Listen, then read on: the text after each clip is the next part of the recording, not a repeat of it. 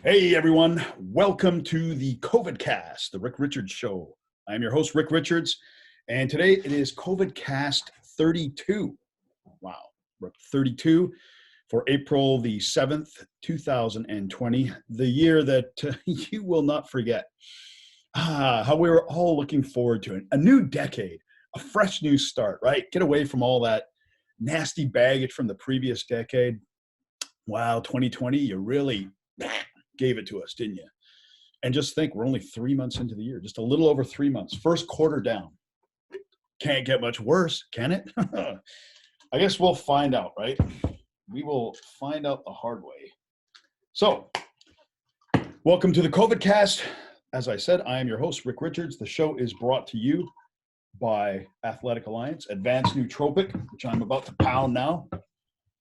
And yes, I know this doesn't have an instantaneous effect. I knock these suckers back because I want to be sharp, just as sharp at the end of the show.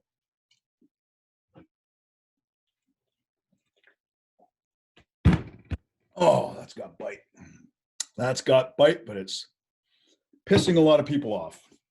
So as of tomorrow, I'm going to be kicking Monster into touch, throwing it out the back door, and I will be consuming Athletic Alliance Havoc Neuro. This is a pre-workout nootropic combination, alpha GPC, all good healthy ingredients, citrulline malate. Looks like it tastes pretty good as well. So this will be replacing the Monster. So all of you who are concerned about me drinking the Monster, throwing the back, hey, if you want to be concerned about me, be concerned about the global meltdown that's coming our way, or the pandemic that's taken out the British Prime Minister. That's what you can be concerned of, not an energy drink, okay? That's not going to get me. I can promise you that. So yeah, Athletic Alliance, visit them at athleticalliance.net. And there are discounts. Visit svncanada.com. Remember, we are giving away a 12-pack bundle of toilet paper. The hot item. This is the must-have. The must-have for the jet set these days is toilet paper. And that's 2-ply, not 1-ply, not single-ply. Although I don't know where you would get single-ply, maybe at a Walmart bathroom. But that is 2-ply. We're giving that away for any regular contributor, follower to the show. If you like, subscribe, go ahead and do it right now. Hit the like button, hit the subscribe button, hit the notification bell, because I put out a show every day. It's always fresh. It's always exciting. It's always live to MP4. Not live to tape, but live to MP4. Lots of good stuff. And you can get yourself some toilet paper. What more can you ask for? Entertainment, news, information, and toilet paper. You got it made. You got it made, right? Get some of this, and you're really happening. So, shout outs. Who are we going to shout out tonight? We have a live studio audience again. Yeah, can we hear it from him? Yes, that is our floor director, Ivan DeBanks from Sector B49. Shout outs to Terry McLean, Steve, Jixer, Jackson, Angie, Kim, Tanya, Chad, Lori, Tammy, Dwayne. How come I got Dwayne and not Charlene? Don't get pissed off, Charlene. Sorry. Julia, Vanessa, Kushi, Diana, Sandy, Rick, Rhonda, special friend of the show, Lisa. Producer Dave and his furry little buddy, Odell. Odell is Dave's new puppy. Should I get a puppy? You guys think I should get a puppy? Maybe a mascot for the show, right? Yeah, I think that will probably happen. Knock on wood. So let's take a look at the COVID situation as it currently stands, and then we'll get into some other stuff. So as it stands right now, we are looking at 1,424,124 cases, resulting in 81,889 deaths, 301,000 recovered. Let's scroll down. The U.S. is in full swing in terms of infections and fatalities, although the infection rate, believe it or not, looks like it's slowing down a little bit. They got huge numbers there. And that's they've done 2 million tests. So that probably explains a lot of it. Germany has done nearly 1 million. See, the number of cases is actually strongly correlated, of course, with the number of tests. Germany has 100,000 cases, and they've done nearly 1 million tests. Let's see who's behind the curve on the testing. First of all, fatalities. France is really escalating quickly. And France has 100,000 cases and only 224,000 tests that they've done. That should be extremely alarming for France. That's a pretty high number. That means it's probably way more. I mean, they could, if they had done as many tests as Germany, that would probably indicate they would have around 400,000 cases. Maybe less, because obviously they're testing the most obvious cases right now. The UK, as I mentioned, Boris Johnson has gone into intensive care, although I believe he is now stable. He's breathing on his own. Whenever somebody makes a point of saying that you are breathing on your own, that's pretty serious. If somebody says, "Oh yeah, he blinks and breathes and his heart beats all by himself," that means you're in bad shape, man. But you will hear it here. I am going to predict Boris Yeltsin will be fine. Okay, he's probably going to be incapacitated for another week or two. But Boris Johnson, if you know who Boris Yeltsin is, that was the president of Russia back in the 90s. He was an alcoholic, every bit as eccentric and as nutty as Boris Johnson, but still a different Boris altogether. Please don't Boris anymore. So yeah, he will be just fine. The UK is having still a bit of a problem. They are kind of right in the throes of it. I would say London, obviously it's really bad. Spain, fatalities are down quite a bit. Italy, they're also down. Netherlands, still kind of on par. Germany has been going through an escalation phase right now. Let's take a look at Sweden. Sweden, yeah, it's kind of a problem for Sweden. I think Sweden took a hands-off approach. So I don't know. There is a strong case to be made that the social distancing has worked. Strong case to be made that the social distancing has worked. I know that we started that in BC very soon and in Canada in general. And, we have fewer cases than Sweden, despite having a population about 4 times the size of Sweden, or at least 3 times the size of Sweden. We have nearly 18,000 cases now, 377 deaths. It's quite a bad night in Canada, 54 new deaths. And as I've said, I think we are right in the storm now. I think this is going to go on for another week, maybe. And then I think we will be on the back end of it, if you like. Russia, of the large countries, Russia looks like it's probably done the best job of controlling things. And by way of comparison, if we look at Sweden has nearly 600 people have died off over 7,000 cases. They've tested 54,000. If we look at other countries in their vicinity, Denmark has had 200 deaths, and they've been very tight. So maybe they were way ahead, and Norway as well. Norway and Denmark combined have about an equal population to Sweden. And it looks like they have just as many cases and close to as many deaths. So I don't know. It's hard to say, isn't it, whether it works or not. They were much more stringent early on. Sweden has really not done anything until just recently, and now it's mostly just recommendations. So moving on. Here's some interesting information I came across. This is documenting the government response early on from the COVID when it first became when the public first became aware of it. And I actually became aware of this around January 25th because I was in Cuba for my birthday, and we were flying back, going through a lot of airports, and on the way back I was reading about this, and so it was already a thing late in January. They had a January 30th meeting. and at the January 30th meeting, they said the risk to Canadians remains low. Okay, so you guys kind of whiffed on that one.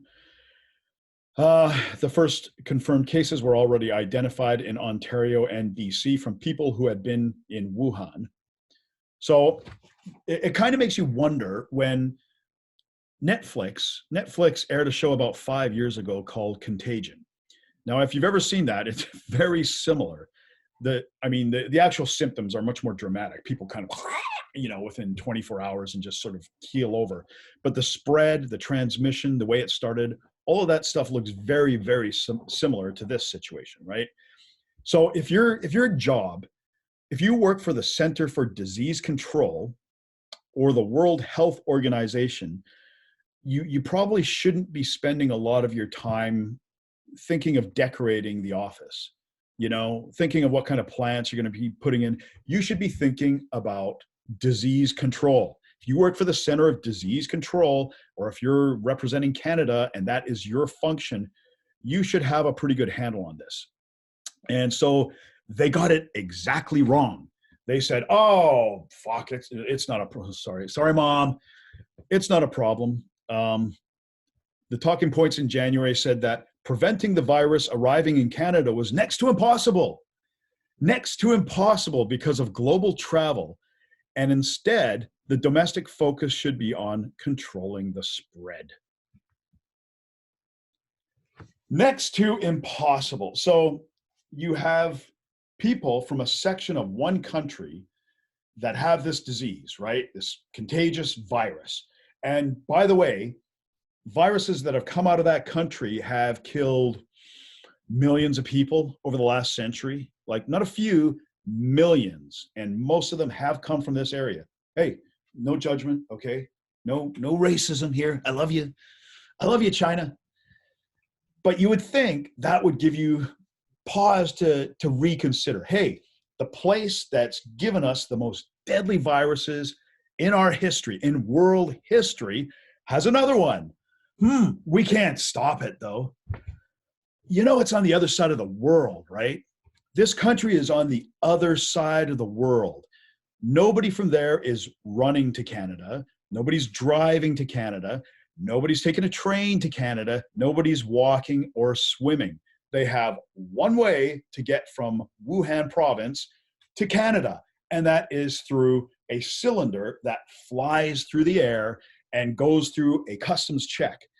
So in actual fact, it is actually very easy to stop this virus from coming to Canada. It's very simple. You simply say, hey, we're going to pump the brakes on flights from this place that has a virus, just for a little while, just for a few days, just till we figure out what the hell is going on, right? That's all you got to do. But no, it was impossible to stop it. Oh, man. I mean, these are the experts, right? These are the people that are the experts. Does that sound like an expert decision? I mean, you could literally grab somebody off the street and say, you, make a decision.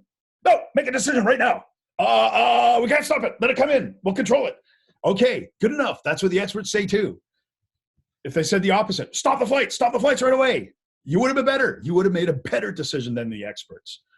So anyways, I thought that was kind of interesting that after they had been aware of it, that was the thinking. Pretty disappointing. So where are we in Canada? What level are we at here? Let's go straight down to the bottom. As of April 7th, there are 17,833 confirmed cases of COVID-19 in Canada. Nearly 4,000 have recovered. The death toll has now reached 375. So of the people that are serious, 90% recover. I guess that's something to be happy about, right? If you really get this, you got a 9 out of 10 chance of living. And if you're healthy, I'd say that's probably even more. Nova Scotia announced the first case of a COVID-related death. Ontario announced 379 new cases, bringing the total to 4,726. Quebec is closing in on 10,000 cases. Like, what the hell, Quebec? Is this just testing, or is there something we don't know about Quebec? Um, they're predicting 8,860 deaths by the end of April. That seems high. I don't think it's going to be that high. I mean, if they have 10,000 cases now, and I mean, even if this doubles over the next, it takes about 2 weeks to die from this, right? So I don't know. I'll have to look at those numbers. But you heard it here first. Remember, April 7th, they're saying 8,000 deaths, nearly 9,000 deaths by the end of April. I'm saying no. I am the voice of optimism and positivity here. I am saying it won't be that much. I say 6,000 maybe. British Columbia announced 63 new cases and 1 new death. So, hey, man, the curve is flattening here. Whatever you say, like BC, it's not too bad, right? Maybe what's being done is the right thing, right? Maybe it's all working. Okay. All right. So, cumulative. And that is the situation in BC. But now we take a look at larger issues. We take a look at some larger issues. So first, I'm going to play this little clip from Mr. Trudeau. We're gonna play this clip, and we're going to listen to the growing kind of crushing that he wants to do to all of us. I mean, first of all, it was their ignorance and their screw up that allowed this to become the problem it was, right? It was their inaction that let this blossom and flourish in the country. Okay, now it's us that's paying for it, and it's going to be us that's paying for it for years and years and years, either physically or economically. So listen to that. I want to begin by recognizing that a lot of people have now been stuck at home for a week or more because of COVID-19. If that's starting to take a toll, it's understandable. But we can't afford to stop now. I want to be clear. Social distancing, physical distancing, is the single best way to keep the people around you safe. What does that mean? It means keeping 2 meters between yourself and someone else. It means avoiding groups. It means staying home as much as possible. If you choose to ignore that advice, if you choose to get together with people or go to crowded places, you're not just putting yourself at risk, you're putting others at risk too. Your elderly relative who's in a senior's home, or your friend with a pre-existing condition, our nurses and doctors on the front lines, our workers stocking shelves at a grocery store. They need you to make the right choices. They need you to do your part. We've all seen the pictures online of people who seem to think they're invincible. Well, you're not. Enough is enough. Go home and stay home. This is what we all need to be doing. And we're going to make sure this happens, whether by educating people more on the risks or by enforcing the rules if that's needed. Nothing that could help is off the table. A little bit more from this. Interesting what Justin says here. Part to keep us all safe. When we see images of people out enjoying the sunshine in large groups, that is extremely concerning because they are not just putting themselves at risk, they are putting everyone else at risk. We need to slow and stop the spread of this virus if we are going to come through this strongly as a country without losing too many of our loved ones. Okay, so Justin's very concerned, right? He's very concerned, and he recognizes that we're the problem. Enjoying the sunshine in groups, that's the problem.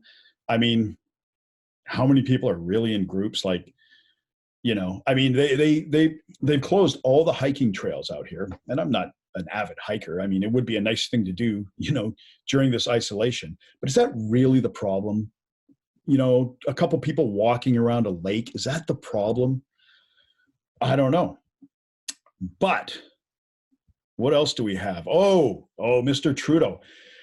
The Trudeau government processed all foreign worker applications amid COVID pandemic. Canada is continuing to process applications for all temporary foreign worker program streams. So announces the Liberal government in the Canadian Immigration Newsletter. This has not been published in the Globe and Mail or any other mainstream media publication. I don't know why. So immigration is on hold in Canada for the time being due to the COVID-19 outbreak. That's what they recently announced in the media. However, and a federal government official confirmed the immigration program is suspended while travel restrictions remain in place. Okay, so we've been told that all this stuff is being paused, right? Like, I mean, if we're under house arrest, surely it only makes sense not to have people streaming into the country, right? Surely that would make sense. Oh no, wait. Here's something. If I can switch topic to the temporary foreign workers who are going to be working on Canada's farms, what are the plans to get these 60,000 people to Canada? We understand that our agricultural producers and farmers right across the country rely very much, as well as fish processors in the fisheries industry, rely on temporary foreign workers to make sure that we can feed our country. That has been the way for many, many years, and we are, of course, looking to ensure that we're able to receive temporary foreign workers, that they will be properly quarantined for 2 weeks before they start doing the work that is so necessary for us all. At the same time, we see many, many Canadians out of work who are wanting to help out, students who are looking at opportunities for summer jobs that they might not otherwise have.